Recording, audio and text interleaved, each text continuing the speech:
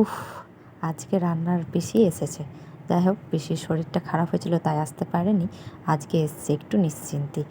যখনই না আসে তখনই মনে হয় শুধু মার ভাত খেয়ে থেকে যায়।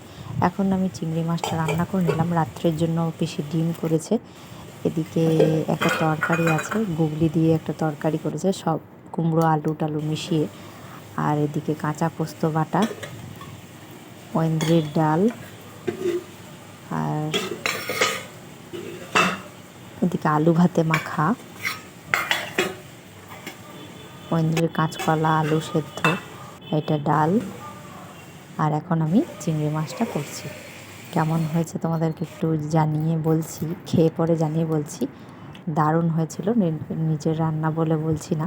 আর এদিকে ঐন্দ্রি উঠে গেল। আমি একটু কাচাকুচি করে ওকে ঘুম পাড়িয়ে চান করতে গেছিলাম, তা করতে করতে ও উঠে গেল।